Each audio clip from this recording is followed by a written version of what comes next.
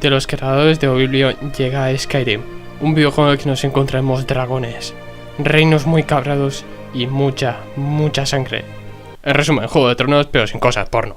Encarnaremos al Sangre de Dragón, que es el héroe de Skyrim, pero lo más divertido de este personaje es que podremos editarlo a nuestro gusto. Podremos crearlo al estilo de Triple H y al estilo de un perro mutante. What the fuck? Y una vez terminado la personalización del héroe, nos van a cortar la cabeza.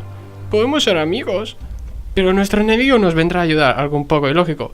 Pero este es Skyrim y ahora empieza lo bueno. Venga, va. Venga, cárgate.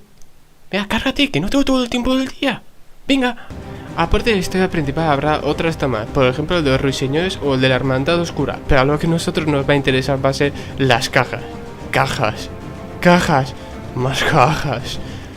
Pero entre tanta caja estará nuestro enemigo aférrimo. Las cerraduras. Un poco más. Esto es desquiciante, tío. Antes que le den al puto cofre. ¿Ya has invertido todo el tiempo que tenías y has terminado el juego? No pasa nada, llega el DLC de Skyrim, donde habrá más misiones y podremos hacernos una casa del Ikea. Y lo más importante, podremos montar en un jodido dragón.